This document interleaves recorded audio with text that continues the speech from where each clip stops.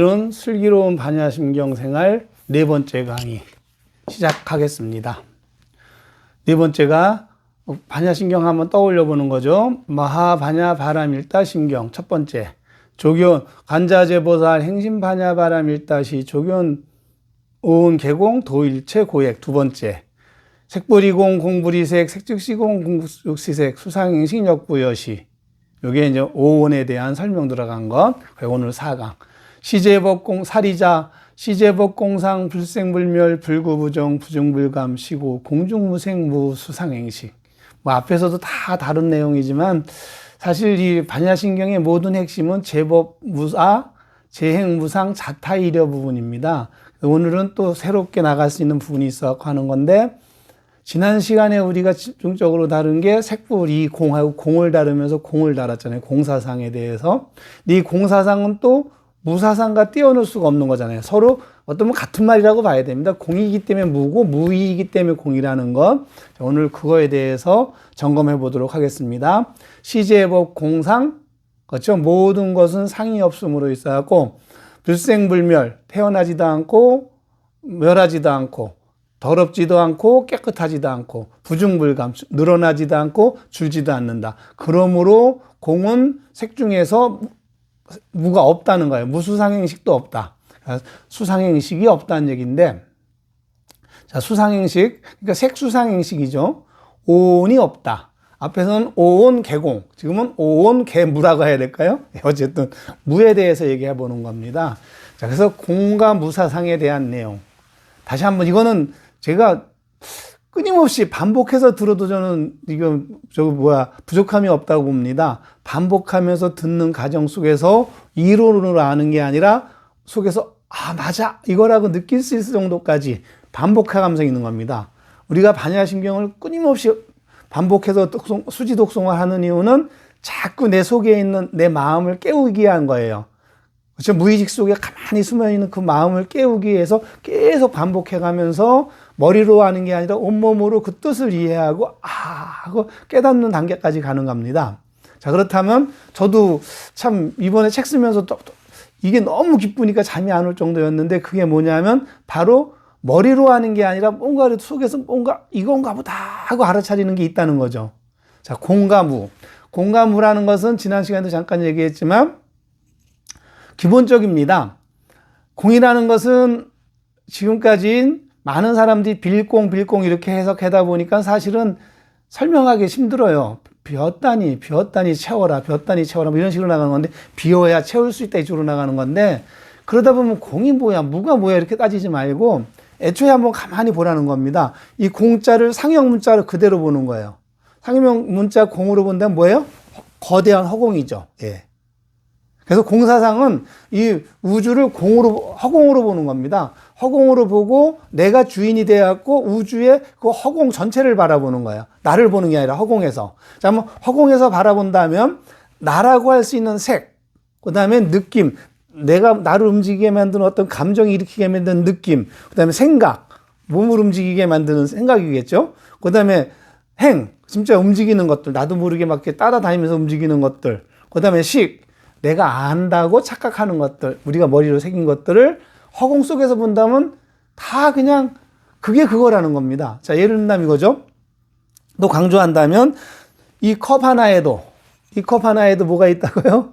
아마존강에 물이 흐르고 있다. 왜? 아마존강에 강물이 흐르는데 햇살이 있기 때문에 햇살이 흐르면서 그렇죠. 수증기로 올라가서 땅으로 내려와서 비가 내려와서 돌멩이를 깎아내려 흙을 만들 수 있는 거죠. 흙을 또 질퍽하게 적당한 성분을 줘갖고 그 흙이 고룡토를 만들고 그 고룡토를 또 뭐 하게 됐어요. 이렇게 빚고 만들어갖고 만드는 것. 그래서 이 컵에는 아마존강의 강물이 뿐만 아니라 우주 모든 것, 아버지의 땀, 그 다음에 우주에 섞일 수 있는 먼지, 웬만한 게 다 섞여 있다는 거예요. 그러니까 공의 입장에서 본다면은 이거나 내 몸이나, 지난번에 잠깐 배웠지만 쉽게 이해하자 그랬죠. 색수상행식. 색은 몸이라고 하고 나를 움직이는 그 무엇을 수상행식이라고 한다면 내 몸과 마음은 이 컵과 다를 바가 없다는 거예요. 우주에서 본다면 서로 비슷하다는 거죠. 근데 단 한 가지 있다면 우리가 지금 나를 움직이게 하는 그 무엇, 그 움직이게 하는 그 무엇이 뭐냐 하면 바로 그게 주인공이에요. 우리가 그걸 찾아야 되는 거예요.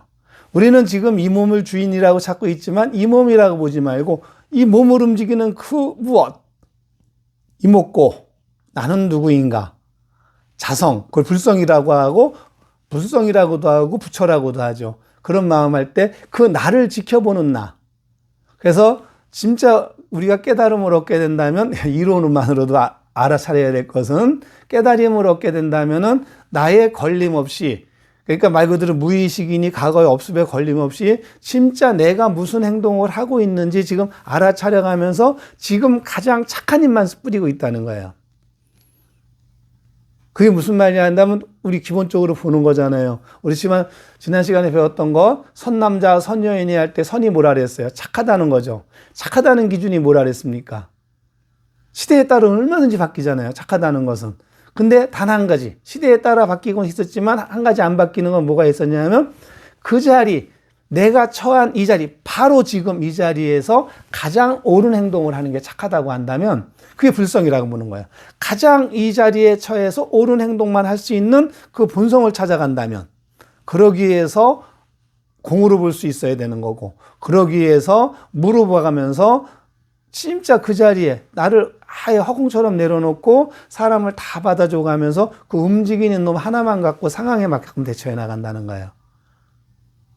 깨달은 이들은 이걸 잘한다는 거예요. 부처님은 앞에서. 그러니까 이게 어떻게 보면 남들한테 도술이 될 수 있다고 보는 부분인데, 자, 그런데 그래서 무라는 건 그렇습니다. 어떤 것도 이 책만 해도 책이라는 이름은 있지만 책은 홀로 독립되어 있는 것이 아니다. 이 책에는 아마존강에 강물이 있고 햇살이 있고 비가 있고 나무가 있고, 종이는 나무로 이루어졌죠. 잉크가 있고 물이 또 있고, 어쩌 여기 여기 이천인데 이천에 복화천에 맑은 물이 흐를 수도 있고 여러 가지가 있다. 그러니까 결코 책이라는 것은 책 홀로 존재하는 것이 아니라 책을 이루는 허공의 모든 것으로 같이 유기적으로 이루어져 있다. 그렇기 때문에 세상의 모든 것은, 무라는 건 그렇게 생각하는 겁니다. 아예 실체가 없다는 것보다도 이렇게 보는 거죠. 세상에 그 어떤 것도 그 우리가 정해놓은 이름은 있을지언정 그 홀로 존재하는 것이 없다. 그래서 결국은 실체는 없다고 봐야 된다. 홀로 존재하는 게 없기 때문에. 단지 이름이 있는 것은 우리가 생활하고 사회생활하면서 부딪히면서 써먹기 편하게 이름을 지었을 뿐이지 그 이름에 속지 말고 실체는 본질이 결국은 우주의 자연물과 똑같다고 본다는 거예요. 내 몸도. 그래서 나라는 이름이 있을지언정, 그렇죠? 나는 홀로 독립되어 있지 않은 사람이다. 허공과 같은 사람이다. 그래서 내가 만약에 괴로움에서 벗어나고 살려고 한다면 그 어떤 순간도 괴로움에서 벗어난 행동, 그 상황에서 괴로움을 불러오지 않는 행위를 할 수 있는 능력을 키워야 되는데 이게 깨달음의 경지라고 볼 수 있는 건데 우리는 일반 중생들은 그게 안 된다. 왜? 그러기 때문에 중생이기 때문에. 그래서 그걸 닦는 과정이 내 몸을 허공처럼 만드는 과정. 조겨놓은 계곡. 내 몸을 허공으로 확실하게 알아차리는 과정. 근데 이제 이런 걸 보다 보면은 참 재밌습니다. 부처님의 이 법은 2500년 전에 있었던 얘기지만 과학이 발달하면 할수록 증명되는 것 같아요. 실질적으로 요새 많이 연결되는 게 그런 거 있잖아요. 한때 2005년도인가요? 그때 많이 유행했던 책 중에 하나가 시크릿이라는 책이 있습니다. 시크릿이라는 건 뭐냐면 이건 모든 종교가 똑같아요. 기독교나 천주교나 간절히 원한다면 이 뇌파가 있어갖고 간절히 원한다면 뇌파가 연결되고 그걸 끌어당기는 힘이 있대요. 그래서 세상을 이끌어온 상위 1%의 사람들은 무슨 일을 하고자 할 때 일을 하기 위해서 먼저 움직이는 것보단 그 일을 내가 이루었다고 먼저 생각하면서 간절히 먼저 생생하게 그린다는 거예요. 무슨 말씀인지 알죠? 자, 내가 깨달음을 얻고 싶다. 난 웃으며 살까? 난 행복하게 살고 싶다 한다면 난 이미 행복한 거야. 행복한 삶을 간절히 원하면서 그 모습을 계속 그리다 보면 행복한 일만 마주칠 수 있다는 얘기죠. 이게 곧 무슨 말이에요? 우리가 참선을 하고 뭘 하건 가만히 앉아서 나를 살펴볼 마음이죠. 바로 지금. 과거도 없고 미래는 오지 않고 과거는 이미 지나가기 때문에 어쩔 수 없기 때문에 바로 지금 현실, 바로 요 조금 현실에 최선을 다하는 일. 그래가면서 지금 뭐를 하냐면 가장 내가 원하는 것을 이루었다고 이미 그리고 사는 일. 내가 이미 이루었다고 모습을 그린다면 과거에 무슨 씨앗을 뿌렸던 간에 지금 이미 이른 삶을 살고 있기 때문에 아쉬울 게 없고, 미래에 어떤 일이 올지 모르겠지만 지금 그 씨앗을 뿌리고 있는데 다른 씨앗이 피겠냐고요. 바로 그 씨앗이 피게 되기 때문에 지금 어르고 있는, 그러니까 무의식이라고도 하는데, 그래서 무슨 일을 할 때는 내가 먼저 차지라는 거예요. 모든 것은 내가 불러드리는 일이다. 그래서 가장 좋은 일을 생각하는 얘기들. 그럼 앞부분에서도 배웠던 거죠. 내 몸을 허공처럼 만드는 것. 그래서 어떻게 해야 된다고요? 지게 웃으며 살 거야. 웃으며 실제 살고 쭉 나가는 부분들. 여기서는 그 부분을 같이 볼 수 있다고 보는 겁니다. 이쯤에서 이제 부처님의 이론을 좀 한 번 더 배워볼 필요가 있었죠. 사실 뗏목론이라고 하는 부분인데 그렇습니다. 대승불교에서는 부처님하고 대승불교하고 굳이 초기 불교하고 차이점이 있다고 한다면, 초기 불교는 부처님이 깨달음을 얻는 과정을 그대로 그려놨기 때문에 부처님처럼 따라하면 깨달음을 얻는다 쪽으로 간다면, 대승불교는 이미 부처님은 깨달음을 얻었기 때문에 그 얻어놓은 걸 우리가 배울 때는 부처님의 과거의 게 아니라 깨달은 상태에서 그 마음을 유지해 나간다는 거예요. 아까 말한 것처럼 이미 깨달음을 얻은 것처럼. 그러면 깨달음을 이미 얻은 씨를 뿌리고 있으니까, 깨달음을 얻은 것처럼 깨달음을 얻은 씨를 뿌리고 있으니까 깨달음이 이루어지고 있다는 거죠. 부처님이 그걸 보여줬기 때문에. 그래서 이 뗏목론은 매우 중요한 부분인데, 그래서 대승불교가 그런 겁니다. 이미 뗏목을 타고 강을 건넜습니다. 뗏목은 강에서 필요한 거다. 이미 건너갔으면, 저 피안의 바다죠. 가자, 아제, 바라승아제가 가자, 건너가자, 저 깨달음에 다뤄가자. 이미 건너갔으면은, 건너가는데 뗏목이 필요했으면 뗏목은 버려야 된다는 거죠. 그리고 올라간다는 것. 이 뗏목론은 매우 우리가 꼭 알아놨으면 좋은, 아주 생활 속에 유용하게 써먹을 수 있는 방법 중에 한 가지예요. 자, 예를 들면 이겁니다.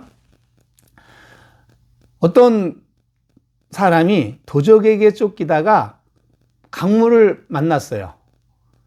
강물을 만나니까 영락없이 잡혀의 일보 직전입니다. 근데 마침 뗏목이 하나가 딱 있었어요. 그러니까 어떻게 됐어요? 내가 뗏목을 타고 먼저 왔기 때문에 뗏목을 타고 건너가고 있어요. 도적이 왔을 때는 뗏목이 없으니까 도저히 강 때문에 건너질 못하니까 나는 살아남은 거예요. 이래갖고 내가 이 뗏목을 건너고 강을 건너갖고 도적한테 살아남았다고 쳤을 때, 이때 이제 그런 법문이 나오는 거죠. 부처님이 그랬다고 하잖아요. 제자들아, 생각해봐라. 이 사람이 도적에게 쫓기다가 강을 만나 뗏목을 만나 목숨을 살려준 뗏목을 만나 강을 건넜다 한다면, 이 강을 건넌 다음에 뗏목을 버리고 가야 되겠냐, 목숨을 살려준 은인이라고 이고 가야 되겠느냐. 여러분들은 어떻게 생각합니까? 자, 이게 순수한 제자들은 솔직하게 얘기하는데 당연히 버리고 가야 됩니다. 왜 그러하느냐? 뗏목은 강물에서만 필요한 거기 때문에 강물을 건넜으면, 그 자리가 건넜으면 그 자리에 쓰임을 다했기 때문에 가감히 버리고 가야 됩니다. 돌이킬 수 없는 거니까. 그랬더니 그렇다. 내 목숨을 살려준 뗏목도 강물을 건넜으면 버리고 가야 하는 걸, 어리석은 중생들은, 왜 어리석냐고? 타고나게 그렇게 탔기 때문에, 과거 업숙 때문에. 어리석은 중생들은 엊그저께까지, 바로 조금 아까까지만이라도 막 누구하고 싸웠어. 저 사람하고 막 싸웠다고 한다면 그 싸운 것, 이미 강을 건너왔는데 나를 괴롭히는 그 괴로움의 원인은 그 싸웠던 기억까지 계속 이고 다닌다는 거야. 머릿속에 이고 다닌다. 이럴 때 엊그저께 싸웠던 이거를 버리고 가야 되겠느냐, 머리에 이고 또 가야 되겠느냐. 당연히 버리고 가야겠습니다. 이 여기서 나오는 말이 곧 과거 신불가득, 현재 신불가득, 미래 신불가득이야. 자, 엊그저께 싸운 마음은 이미 과거죠. 다시 돌이킬 수 있나요? 없습니다. 그럼 지금은 저놈 새끼 엊그저께 나하고 싸웠던 놈이하고 인상 쓰고 있다면 머리에 이고 있는 거죠. 이게 허공이 된 거야, 안 된 거예요? 아니죠. 그럼 그 사람도 머리에 이고 있다는 겁니다. 이럴 때는 얼른 뭐냐면 현실에 집중한다는 거예요. 어저께 싸운 것은 과거의 업이기 때문에 지금 내가 어떤 씨앗을 뿌릴 것인가. 비록 엊그저께는 싸웠지만 저 사람도 변할 수 있다고 보는 겁니다. 허공이기 때문에. 재행무상이잖아요. 모든 것은 항상한 것이 없다. 저 사람하고 어저께 싸웠다고 해서 오늘 좋아지지 않으란 법이 없을 것이다. 그래서 먼저 얘기한다면 가만히 앉아갖고 고민해 본다는 겁니다. 그러다 보면 신기하게 인연 따라 만나요. 다시 연결이 될 사람 같으면 좋은 관계로 가고 다시 안 맞을 가게 되면 관계가 끊어져서 안 만나면 그만인 겁니다. 그걸 내가 선택하게 된다는 거예요. 예, 과거에 선택하면 되잖아요. 과거에 왼수인데 내가 또 왼수 찾으러 가겠다. 왼수 짓게 되면 또 왼수를 짓지만은 저 사람하고 내가 연이 아닌가 보다 하고 딱 끊어놓고 딴 인연을 간다면 이 지금 뿌리는 씨앗에 따른 또 새로운 씨앗이 오겠죠. 뗏목을 버리는 것과 같은 겁니다. 강을 건넜으면 목숨을 살려준 뗏목도 버려야 하거늘 어리석은 중생을 자기를 해치는 것도 자신을 해치는 자신을 괴로움에 빠지게 하는 지난 일들을 항상 머리에 이고 다니면서 그거로다가 판단 내리는 거예요. 색수상행시고 지난 일 갖고 느낌을 갖고 지난 일을 갖고 생각을 하고 그건 지난 일을 갖고 행동을 하고 지난 일을 갖고 식을 새겨갖고 아르마리를 새겨갖고 거기서 재행무상 재범무화를 이해 못하니까 계속 괴로운 일에 빠질 수밖에 없다. 그래서 윤회의 쳇바퀴를 굴릴 수밖에 없다. 윤회라는 것은 죽어서 꼭 뭐 지옥으로 태어난다, 짐승으로 태어난다 이것만은 윤이 아니라 우리 삶을 한번 가만히 돌아보세요. 되게 나이 먹은 사람들이 불교에 많이 빠지는 이유 중에 한 가지가 그겁니다. 어느 정도 인생을 살다 보니까는 어떤 사건만 구체적인 사건만 다르지 상황은 비슷하게 패턴이 바뀌어요. 패턴이 계속 돌아가요. 유니판이 되는 겁니다. 왜? 자기 업습에서 벗어나지 못하기 때문에. 그래서 이것을 벗어나기 위한 방법은 어쩔 수가 없습니다. 본인이 깨어나려고 노력을 해야 돼요. 본인이 노력하지 않으면 누가 깨우쳐주면 오히려 더 화가 날 것이니까. 이거 트라우마라고 하잖아요. 만약에 과거 업습이라고 할 때 누가 그 트라우마를 집어주면 어떻게 됩니까? 더 승질 나죠. 그러면 이 사람이 트라우마에서 벗어나기 위한 전제 조건은 내가 이럴 수가 있으니까 나도 모르게 과거 트라우마로 인해 갖고 이성적인 판단을 놓치는 부분이 있겠구나. 나를 윤회판으로 계속 돌리는 놈이 있겠구나 한다면 난 여기서 벗어나고 싶어라는 의지를 세워야 돼요. 의지를 세웠으면 먼저 뭘 찾아야 됩니까? 네, 그 다음에 이사를 찾아가야죠. 이사를 찾아가기 전에 어떤 이사를 찾아가야 돼요? 진짜 훌륭한 이사를 찾아가야 된다는 거죠. 그만큼 먼저 자기 뜻을 분명히 세워야 됩니다.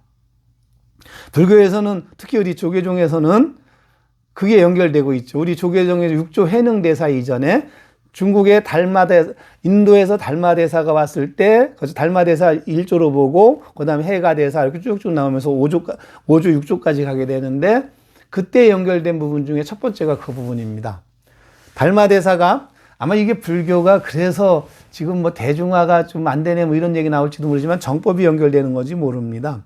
달마대사는 인도에서 중국에 건너왔을 때 포교할 생각을 하긴 했지만은 포교 방법을 이런 방법을 알았기 때문에 사람들한테 잘못 접근하다 보면 오히려 그게 안 좋을 줄 알아갖고 기다렸습니다. 이런 제자가 찾아오기를. 그래서 유명한 일화가 있죠. 그렇죠? 달마대사가 인도에서 딱 왔다고 했을 때 인도에서 고승이 왔다고 하니까 그 당시 당나라에는 어쨌든 그 왕 하나가 진짜 너무 부처님 그때 막 불교 들어오고 했을 때 이론으로 배운 사람이어갖고 좋다는 건 다 한 겁니다. 복진리를 다 한 거예요. 수많은 절을 세우고 수많은 스님들한테 공양을 올리고 수많은 탑을 세우고 말 그대로 우리가 지금 여기서 불교에서 복지면 좋다고 하는 모든 불사를 다 한 거예요.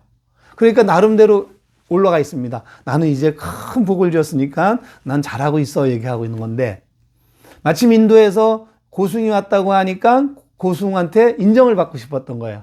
그러니까 달마대사를 딱 모셔오는데 달마대사 오자마자 그랬다는 겁니다. 달마대사 앞에서 내가 그동안 수많은 절을 짓고 수많은 이렇게 공덕을 줬는데 내 공덕이 얼마인 것 같습니다 해갖고 은근히 달마대사가 훌륭합니다 이 말을 기다렸던 건데 달마대사는 그 말을 듣는 순간 그랬다는 겁니다. 없다. 당신의 공덕은 하나도 없다. 그랬더니 왕이 좀 불쾌한 표정을 줬대요. 그 순간 달마는 벌써 눈치챘습니다. 내가 여기 잘못 앉아있다가는 이 왕한테 어떤 해침을 당할지도 모르겠구나 해갖고 바로 뒤돌아서 나오죠. 아직 나의 법을 받아줄 그릇이 안 됐다는 겁니다. 그래서 나중에 소림다 동굴에 들어가서 하고 있습니다. 참선을 들어가면서 오로지 나의 뜻을 이어갈 제자 하나를 기다리고 있는 부분도 있었다는 거예요. 그래서 자기 수행을 합니다. 부처님이 자기 하는 것처럼 선정에 들어서 솔선수범하는 것처럼 모범을 보여줍니다. 그런 과정에서 그때 중국에 또 한 제자가 있었는데 해가란 스님입니다. 이분도 웬만한 절에 다니면서 공부랑 경전은 다 읽고 공부를 했는데 진짜 깨달음을 모르겠다는 거야. 공부는 많이 했지만. 그러니까 어느 절에 찾아갈 때마다 너는 나보다 경지가 뛰어났으니까 가려면 거기나 가라 해서 자꾸 달마대사가 참선하고 있는 거기를 얘기해 주더래요. 소림사를. 그래서 이 스님이 결국은 찾아와갖고 왔습니다. 근데 그 당시 달마대사는 동굴에서 그렇죠? 수행을 하고냐고 가만히 앉아 참선에 들어있는 겁니다. 그러니까 깨울 수도 없잖아요. 저 왔습니다 할 수도 없잖아요. 그래서 그 동굴 앞에서 말없이 앉았대요. 스님이 알아줘. 이신전심 통하는 부분입니다. 가만히 앉아주는데 그때 마침 눈이 내리기 시작했대요. 눈이 내려갖고 눈이 많이 내려갖고 했는데 그때쯤에서 안에서 참선하던 달마대사가 인기척을 느낀 겁니다. 그리고 자리에서 처음 몇 년 만에 다시 나와갖고 딱 보고 있었더니 눈 속에 이 해가 스님이 있는 거예요. 제자가. 그래서 물어봤다는 겁니다. 너는 거기서 뭐 하냐 했더니 제가 지금까지 수많은 공부를 하고 했지만 이 마음 하나를 다스리지 못하겠습니다. 저를 제자로 받아주십시오. 그랬더니 달마대사가 가감히 얘기했대잖아. 그 깨달음을 얻는다는 것은 엄청 어려운 공부니까 너 같은 경우는 아직 꿈도 꿀 필요가 없다. 돌아가라 그랬다는 겁니다. 돌아가라 그랬더니 그 순간에 그리고 달마대사가 딱 들어서니까 그 순간에 해가 스님이 자기 팔뚝을 칼로 딱 잘라 받쳐갖고 이래도 저를 안 받아주겠습니다. 결연한 의지를 보였다는 거예요. 팔뚝 하나 잘라 받쳐. 그래갖고 이분이 이제 제자가 되는 거죠. 그래갖고 달마대사가 1조라면 이제 해가 대사가 2조가 되고, 그 다음에 3조에 승찬이 있고 4조에 도신이 있고 이제 5조 홍인까지 이렇게 전해옵니다. 근데 그 당시는 중국이 당이 건립되기 이전에 혼란스러운 시기입니다. 전쟁이 많은 시기여갖고 불교가 뿌리 내리기가 힘들었어요.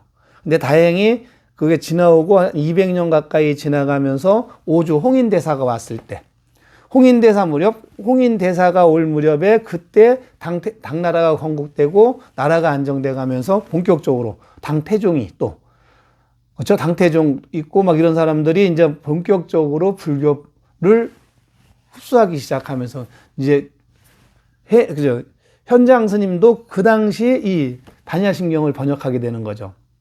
그래서 어쨌든 부흥기를 맞게 되는 겁니다. 그 시기가. 자, 그래서 당태종 오죽하면 우리 얘기했잖아요. 앞부분에서도 간자재 보살이라고 한 것도 원래는 간세음 보살인데 당태종의 이름이 이세민이어갖고 황제가 쓴 한자를 쓸 수 없어갖고 간세음 보살가 세상의 모든 소리를 듣고 다 소원을 들어준다, 그런 개념과 비슷한 뜻. 세상의 모든 능력을 갖고 간자재, 모든 능력을 갖고 도와주는 보살님이다 했고 간자재 보살로 바뀌었다는 이야기도 여기서 전해지는 얘기입니다. 자, 그래서 왜 갑자기 여기서 이제 무사상 얘기 나오면서 이런 얘기가 나왔냐면, 어쨌든 우리가 불교 조계종이라고 한다면 6조 당경, 6조 해능을 공부 안 할 수가 없기 때문입니다. 저는 그래서 일대로부터 달마대사, 해가대사, 승찬대사, 도신대사, 홍인대사, 해능대사가 왔는데, 이 홍인대사 무렵에 이제 5조 때 이제 본격적으로 자리 잡으면서 해능대사 때 이제 중국의 그 법이 펼쳐져 가면서 제자들이 많이 늘어나게 된 거예요. 자, 그때 홍인대사. 저는 이게 어쩌면 참 이 시가 좀 너무 좋아갖고 가끔가다 이 시 한 편 외우고 있으면서 이 시 한 편이 저에게 큰 힘을 줄 때가 있습니다. 하나는 때를 닦는 마음이라고 한다면 하나는 꽃씨를 심는 마음이라고 하는 건데, 이 홍인대사가 이제 돌아가실 때가 된 거예요. 열반에 드실 때가 되니까 그랬다고 합니다. 이제 내가 갈 때가 됐으니 후계자를 뽑아야 되겠다. 너희들이 그동안 배운 바가 있으면 나에게 그걸 보여달라. 근데 제가 이제 시창작 강의들 많이 할 때 놓여지는데 그런 얘기도 있습니다. 이 한자를 한번 보세요. 시라는 한자를 보면 말씀 원자에다가 그 당시 간청 시자라고 한다는데 이게 절사자가 된 거예요. 그렇죠? 어쨌든 불교가 대단합니다. 간청 시자인데 사자가 떴다는데, 자, 그러니까 결국은 뭐냐면 시라는 말은 절에서 쓰는 말이란 말로 될 수 있다는 거예요. 근데 실제 부처님 법을 보면 거의 뭐로 돼 있어요? 시로 돼 있죠. 개송. 개송이 사실상 시잖아요. 시로 이루어져 있었고, 그 다음에 이제 이 당시 중국에 오면서부터 뭐가 됐냐면 스승이 제자한테 깨달음을 일깨워주기 위해서 제자가 시험을 치르는 거죠. 시험을 치는 방법 중에 하나가 이 네 구절로 된, 이걸 사구계라고 하는데, 네 구절로 된 시를 쓰는 거예요. 오도송이라고도 하죠. 깨달음을 얻으면 탁 시를 써갖고, 네 줄 써갖고, 스승이 그걸 봐갖고, 저 글만 보고서도, 아, 깨달음을 얻었다 한다면, 너는 이제 깨달음을 얻었으니까 하산하거라 하고, 썼는데, 아, 이거 한만 해도 부족해. 너는 아직 부족하니까 도로 아미타불 하라. 이런 얘기가 있었다고도 하잖아요. 자, 그런데 이 당시 홍인대사 제자에는 한 2000여 명 정도가 있었다고 하는데, 어쨌든 신수라는 대사가 있었고요. 양반 출신에 공부도 진짜 잘했고, 웬만한 경전을 외우고 있어갖고, 그 당시 제자들한테 앞장서갖고 강의하는 제자였습니다. 부처님법을 강의하는 제자. 그러니까 아주 학식이 뛰어난 분이고 출신도 좋은 분이고, 또 한 사람은 이제 22살 먹은 젊은 사람이었는데, 예, 가난한 농사꾼이었나요? 어쨌든 어머니, 홀어머니 모시고 살던 나무꾼이었는데, 나무를 지고 가다가 어느 날 갑자기 스님이 금강경을 외우는 게죠. 뭐 전해오는 얘기는 그렇습니다. 응무소수 이생기심, 머무는 바 없이 그 마음을 내라 하는 그 말에 뭔가 탁 느낀 게 있어갖고, 스님 그게 무슨 말씀입니까? 했더니, 어디서 이런 얘기가 있다 했더니, 그걸 배우려면 어디로 갑니까? 했더니, 여기 홍인대사 찾아가라 했다 해갖고, 그날로다가 바로 홍인대사 찾아간 이 제자가 있습니다. 이 사람이 해능인데, 그땐 제자였으니까 해능이었죠. 해능이 딱 오자마자, 홍인대사가 봐서 그랬다는 겁니다. 깨달음을 얻으러 왔습니다 했더니, 너는 오랑캐지 않느냐? 오랑캐가 무슨 공부냐 했더니, 불성에도 오랑캐가 어디 있고 뭐가 있습니까? 하고 좀 이렇게 옳은 소리를 했나 봐요. 그랬더니 스님이 두말 없이, 그래, 그럼 한번 해봐라 해가면서 공양간에서 방아 찢는 연습을 시켰답니다. 방아 찢는 소임을 맡긴 거예요. 그러니까 이 친구는 글도 모르고, 그렇죠? 배운 것도 없고, 그러니까 오히려 방아만 찌고 있었던 중인데, 그 무렵에 이제 스님이 가실 때가 됐으니까 이제 배운 걸 내놔봐라 그랬다는 겁니다. 이때 이 절에서는 많은 사람도 제자들이 그 신수란 분이 워낙 뛰어나고 자기들한테 강의도 했던 분이니까 워낙 뛰어나니까 저 사람이 될 거다. 당연히 후계자가 될 거라고 생각해갖고 하나의 또 파벌이 형성된 거예요. 그 사람을 추종하는 사람들까지 생긴 부분인데, 그러니까 당연히 신수가 될 건데 뭐 내놔봐라 했는데 내놓을 용기가 있겠냐는 얘기예요. 그래서 신수만 눈치 보는 겁니다. 신수가 인정받기만을 후계자로. 근데 신수는 가만히 생각해도 그 많은 공부를 했어도 내가 깨달으면 조금 멀다는 생각을 했대요. 그래서 고민하는 겁니다. 고민하다가 이제 꼼수를 쓰기 시작한 거예요. 스님 앞에 같은 도반들이 있는 앞에서 내밀었다가 아니다 하면 망신당할 것 같으니까 고민하다가 스님이 잘 다니는 곳에다가 이 시를 써놨다는 겁니다. 몸은 깨달음의 나무요, 마음은 밝은 거울 바탕일세. 때때로 털고 부지런히 닦아서 때가 끼지 않게 하세. 이 사구제를 딱 써놨을 때 스님이 이거 보고 깨달음을 얻은 시다 하면 제가 썼습니다 하려고 했던 부분이라는 거예요. 근데 이 스님은, 홍인대사는 이걸 보면서, 아, 저거는 아직 깨달음은 깨달음은 아직 얻지 못했지만 이대로만 공부한다면 악도에는 떨어지지 않겠노라 했다는 거예요. 그래갖고 그 제자들한테 외우고 다니라 했다는 거예요. 적어도 악도에는 떨어지지 않으니까 이거 무조건 외우고 다니라. 사실상 인증은 못했지만 그래도 조금 어느 정도 깎아내리진 않은 거죠. 후계자를 인정을 못한 겁니다. 어쨌든 그랬는데 그런 과정에서 이제 나중에 신수를 불러들여갖고 홍인대사가 솔직히 물어봤대요. 네가 쓴 거지? 그랬더니까 네. 그랬더니 너도 알지? 그랬더니 예, 제가 아직 맑은 눈을 아직 깨닫지 못했습니다. 그 얘기를 해가면서 자기의 답답한 마음을 털어냈다는 겁니다. 알았다 하고 이제 홍인대사가 기다리고 있는데, 이 절에 있는 제자들이 막 이걸 외우고 다니니까 조그만 애들까지 외우고 다녔겠죠. 그러니까 방앗간에서 방아를 찌고 있었던 홍인대사가 이 얘기를 들은 겁니다. 그래갖고 이 시를 외우고 다니는 사람한테 물어봤대요. 그게 무슨 소리입니까? 했더니 이거 이런 일이 있었습니다. 했더니 그러냐고. 그러면은 나도 좀 느낀 바가 있는데 난 알다시피 글을 쓸지도 못하고 읽지도 못한다. 내가 느낀 생각을 불러줄 테니 누가 좀 옆에다 써주겠습니까? 그 옆에다 또 써달라고 했다는 겁니다. 그래서 써놓은 게 이거래요. 깨달으면 본래 나무가 없고 밝은 거울 또한 틀이 아닐세. 본래 한 물건도 없는데 어느 곳에 끼일 때가 있겠는가. 공을 얘기한 거겠죠. 스님이 오는 순간 이거 보고 놀랬다는 겁니다.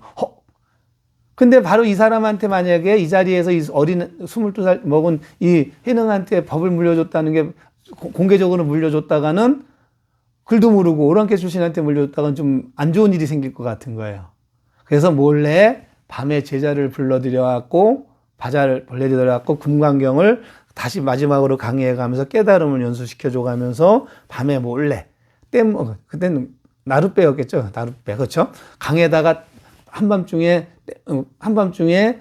배 하나 놓고서 스님이 직접 노를 져가면서 건네줘 놓고 그랬다는 겁니다. 내가 이걸 너에게 지금 법을 전했다는 것을 알리면 너를 해치는 사람들이 생길지도 모른다. 그러니까 지금 당분간은 어디 가서 몸을 피해 있다가 너의 때를 기다려라 하면서 강을 건너줬다는 거예요. 이 뗏목론이 참 대단한 겁니다. 스승이 제자를 손수 노를 저어서 강을 건너주고 법을 이어줬다 이런 개념인데 이 뗏목론 진짜 생각해야 됩니다. 뗏목은 뭐냐면요. 진짜 육조 해능 선사한테 계속 통하는 건 그겁니다. 응무소주. 머무는 바 없이 그 마음을 내라. 쉽게 얘기한다면 과거에도 매이지 말고 미래에도 매이지 말고 지금 가장 착한 일을 해라는 겁니다. 착한 일을. 지금 이 자리에 맞는 행동을. 이 자리에 맞는 행동은 오직 하나뿐이에요. 뭐예요? 그렇죠. 부처의 행. 반야바람일 행밖에 없죠. 깨달음으로 얻는 행. 자, 그걸 얻기 위해서 노력하는 부분이었는데 어쨌든 해능대사가 그 길로 가갖고 한동안 숨어 있다가 나중에 한동안 자기 때가 만나갖고 그 다음에 본격적으로 이렇게 법을 펼쳐가면서 그 법이 전해졌고 그 법이 지금 우리에게까지 전해져 온 겁니다. 자, 그럴 때 우리가 같이 놓아야 할 부분은 이 공사상, 공과 무사상일 때 기본적으로 봐야 될 게 전 이거라고 봅니다. 그래서 이쪽의 신수의 마음은 때를 닦는 마음이라면 이쪽은 꽃씨를 싣는 마음이다. 자, 이건 매우 중요한 부분이에요. 이건 요새 심리학에서도 얘기 많이 다루고 있습니다. 자, 예를 들면 이겁니다. 우리가 이제 조금 있으면 새해를 맞습니다. 새해 신년 계획을 세워요. 나는 만약에 이런 겁니다. 나는 앞으로 담배를 피우지 않을 거야. 자, 그러면 담배를 피우지 않을 거야 했다는 건 전제 조건이 뭐예요? 담배를 피워야 끊을 수 있다는 거죠. 그러니까 아직 때를 닦겠다는 거죠. 담배를 피우는 일을 하지 않을 거야. 담배를 피우는 일을 하지 않을 거야. 그러니까 결국 뭐냐면 담배를 피우지 않는 일을 하는 일을 하겠다는 거예요. 않는 일을 하는 일을 하겠다. 두 가지 에너지가 쓰이죠. 자, 이럴 때는 가면 이거 그래서 힘든 겁니다. 그래서 진짜 담배 끊는 사람들은 담배를 피지 않을까야도 좋겠지만 그 먼저 생각한다는 거예요. 담배를 피지 않을까라고 딱 정해놨으면 그게 목표가 돼버린 거예요. 그러면 이제 마음속에 생긴 건 뭐냐면 이미 담배를 끊은 상태가 된 거예요. 그러면 담배 피는 시간에 주로 뭐 하나를 보는 겁니다. 담배 피는 시간에 되게 그렇죠. 화장실에 앉아서 피다든가 아니면 스트레스 받을 때 빠른다든가 아니면 술 먹었을 때 핀다는 거예요. 그럼 그때만 좀 조심하면 되는 겁니다. 그래서 술 먹을 때 될 수 있으면 나는 술자리를 피하게 된다든가 아니면 담배를 안 필 자리에 서게 된다는 거예요. 그래서 어떻게 해야 할 건가? 나는 담배 피는 시간 대신 무엇을 할 것인가 찾지 담배를 끊을 거야만 보지 않는다는 겁니다.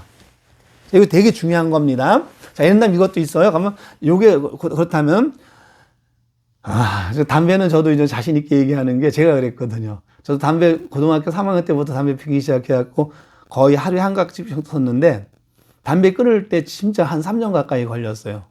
그때 공부하는 법에서 공부법에서 그걸 봤던 겁니다. 담배를 끊어야지 하니까 안 끊어진다. 그럼 뭐냐? 담배를 피고 싶은 생각일 때 다른 에너지를 써라. 무슨 에너지를 썼냐? 제가 담배를 끊게 된 에너지는 뭐였냐면 큰딸이 있었는데 그때 돌 무렵입니다. 베란다에서 담배를 피고 있는데 딸이 이렇게 쳐다보는 거예요. 계속 담배는 끊어야지 하면서 나도 끊지 못하고 있는데 딸이 이렇게 쳐다보고 있을 때 그냥 속에서 울림이 와요. 앞으로 저 딸을 키우다 보면은 딸이 하기 싫은 것도 하라고 시켜야 하는데 나는 이거 하나 담배 하나 못 끊으면서 딸이 하기 싫다는 거 난 시킬 수 있는 아빠가 능력이 될까? 아빠 자격이 있을까? 이게 울려버린 거예요. 그래서 담배 끊어놨을 때 중요한 게 그때부터 온 겁니다. 근데 담배를 독하게 끊었습니다. 못 끊은 게 한 6주 만에, 6개월 만에 다시 담배 피게 된 이유가 뭐가 생겼냐면 담배를 끊으려 쪽으로만 가다 보니까는 이 금단 현상이 많이 오는 거예요. 괜히 민감해지고. 그러니까 옆에 있는 집사람도 차라리 담배 피고 말지 왜 끊냐고 막 그래가면서 수셔대니까 결국 필 일이 생기더라고요. 근데 한 또 1년쯤 지났을 때 이제 누구한테 배운 겁니다. 담배를 끊으려고 하니까 그렇게 된다. 담배를 끊지 말고 그 시간에 무엇을 할 것인가. 저는 확실했잖아요. 담배 피우고 싶은 생각이 떠올릴 때 딸 얼굴을 떠올렸습니다. 에너지를 그쪽으로 딸 얼굴을 떠올리고. 그 다음에 옛날에는 사탕 먹고 끊으려고 사탕 먹다 보니까 사탕에 또 중독이 됐는데 그때 될 수 있으면 니코틴을 희석화시키는 물을 마시라고 하더라고요. 그래서 딸을 생각하면서 물을 마시기 시작했어요. 술자리는 안 가기 시작했고. 그러다 보니까 점차적으로 끊어져 갖고 한 3년이 갔는데 야, 꿈자리까지 그냥 막 니코틴 냄새가 나고 막 그래서 갖고 3년, 담배 끊기가 이렇게 힘들구나 해갖고 진짜 독하게 3년 지나가니까 딱 입에서 냄새 싹 사라지면서 끊어지게 된 겁니다. 자, 이와 비슷한 겁니다. 무엇을 하지 말아야 아니에요. 자, 새해 계획을 세웁니다. 나는 새해에는 화를 내지 않을 거야. 화를 내지 않을 거야. 화를 내지 않을 거야. 나는 때를 닦을 거예요. 거울 닦듯이 때를 닦을 거야. 화를 내지 않을 거야. 아, 이거 얼마나 쉬워. 화를 내는 일을 하지 않을 거야. 그러니까 하지 않는 일을 하겠다는 거잖아요. 두 가지 에너지예요. 이럴 때 간단하게 해야 되잖아요. 화 안 내면 어떤 일이 생겨야 돼요? 웃어줘야 되잖아. 난 앞으로 웃으면서 할 거야. 간단하잖아요. 화를 내지 않을 거야 하고 웃으면서 할 거야 하고 무슨 차이가 있을까요? 화를 내지 않을 거야는 때를 닦는 마음이요. 웃으면서 할 거야. 지금 꽃씨를 씹는 마음이죠. 요거 잘 봐야 됩니다. 그래서 새해 계획을 세울 때는 무엇을 하지 말 거야가 아니라 무엇을 할 거야로 세우라는 겁니다. 싸우지 않을 거야, 뭐 난 화합할 거야, 이런 식으로. 무슨 말인지 알죠? 예. 난 열심히 불자 생활을 할 거야. 그건 좋잖아요. 근데 무엇을 하지 않을 거야? 않을 거야가 아니라 무엇을 할 거야로 바꿔서 뒤집어 놓으면 된다는 겁니다. 그게 꽃씨를 심는 마음이에요. 자, 꽃씨 심는 마음 중에 가장 좋은 마음이 뭐겠어요? 바로 지금 웃는 마음. 자, 그래서 여러분들은 꽃씨를 심을 것이냐, 때를 닦을 것이냐. 한번 좀 진지하게 고민해 봐야 되는 겁니다. 부처의 행위라는 것은 때를 닦는 거예요. 아니, 잘못된 거죠? 꽃씨를 심는 마음. 자, 이런다면, 과거도 없어. 내가 지금 뿌리는 씨앗이 미래의 열매가 된다면 지금 당장 무엇을 하겠냐는 얘기예요. 이미 나는 과거에 무슨 일을 했건, 강을 건너온 사람이기 때문에 쓸모가 없어. 강을 건넜으면 목숨을 살려준 뗏목도 버려야 되겠는데 나를 잡아 누르는 어떤 그 괴로움 그런 걸 갖고 늘어져 가면서 저 사람은 저랬어 인상 써가면서 살 것이냐. 아니면 바로 지금 나는 앞으로 바로 지금 웃으며 살 거야. 계속 반복되는 거죠. 처음에 마하바냐 바람일다 심경할 때 육바람일의 핵심이 그러랬죠. 나는 웃으며 살 거라는 핵심을 정했으면은 진짜 웃으며 살면서 보시행을 하게 되고 계율이 된 거니까. 웃으며 살 거라는 계율을 정해 진짜 웃는 보시행을 하고 그 다음에 꾸준히 하고 어떤 화가 올라오고 할 땐 에너지를 참으려고 하는 에너지보다 그걸 보는 거야. 이 화가 올라온 게 어디서 올라온 거지? 공부하는 마음 에너지 생긴 거야. 자꾸 웃는 에너지를 보태는 쪽으로 에너지가 가다 보면 참는 게 아니라 풀어가는 뭐 하나를 알아가는 겁니다. 이래서 내가 화가 올라왔구나 하고 올라오는 하나하나 알아가는 과정. 그게 이제 인욕바람일. 그걸 꾸준히 해가면 정진바람일. 그걸 더 꾸준히 해갖고 고요한 경지까지 이루어지게 된다면 선정바람일이 된다면 이제 저절로 웃으며 살 수 있는 행복을 부과하는 삶을 살 수 있다는 겁니다. 그래서 또 같은 말입니다. 그래서 제가 계속 반복된다 그랬죠. 마하바냐 바람일다 심경이거나 좋은 오공 개공 도일체 고액이거나 그 다음에 색죽시공 공죽시제 그 말이나 시제복공상 불생물 이거는 같은 말인데 조금 더 여기는 더 설명이 들어가는 부분이에요. 그렇죠? 공으로 이루어졌기 때문에 모든 것은 홀로 그렇죠? 존재는 없다. 반드시 공과 연결되어 유기적으로 연결되어 있기 때문에 공으로 모든 것을 독립된 실체로 보지 말고 나도 그 중에 한 가지. 내가 화가 올라왔으면 저 사람 때문에 화가 올라온 게 아니라 저 사람과 나와 연관된 이 우주의 어떤 기운에 의해서 화가 난 부분이기 때문에 그걸 찾다 보면은 내가 그게 내려가다 보면 자타일화가 되었고 상대에게도 그 뜻이 전달되었고 내려가지다. 이런 얘기 나오는 것. 자, 이거 골치 아픈 거잖아, 이쯤 된다면. 그럼 골치 아픈 거 다 내려놓고 뭐 하자는 거예요? 예. 세상의 모든 것은 공이고 세상의 모든 것은 실체가 정해져 있는 것이 없으니까 단지 무엇만 있다. 지금 바로 꽃이 심는 행위만 있다. 과거 어쩌고 저쩌고 따지지 마라.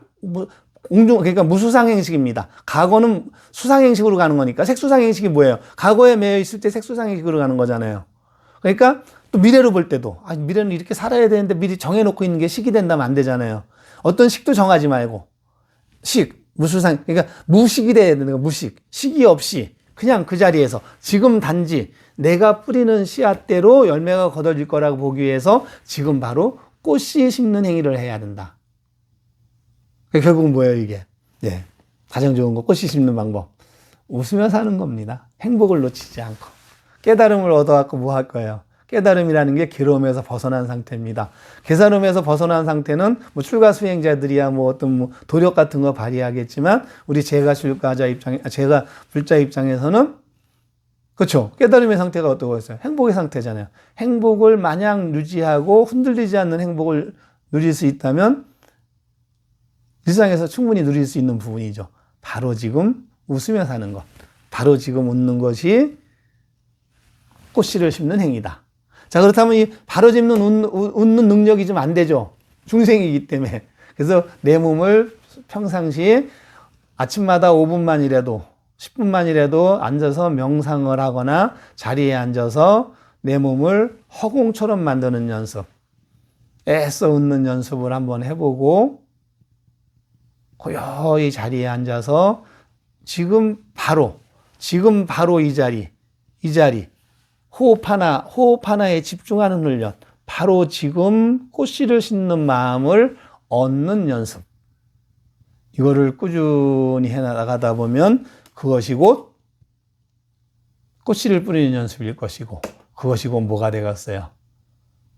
부처의 행이 되지 않을까요? 이 부처의 행은 곧 뭐라 그랬어요?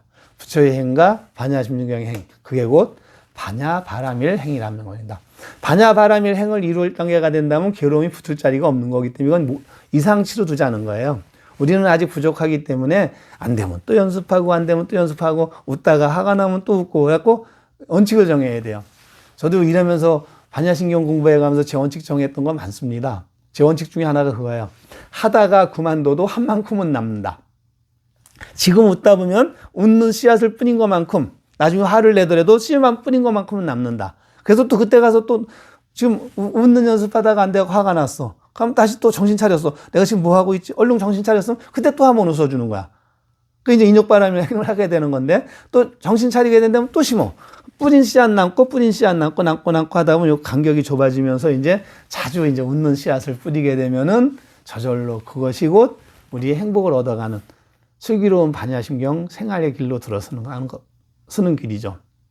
요거 한번 잘 갖춰본다면 아마 여러분들이 웬만한 거 이루고자 할 때 이런 경험담 같은 경우는 앞으로 더 뒷부분에서 강의 나가면서 더 구체적으로 다뤄보도록 하겠습니다.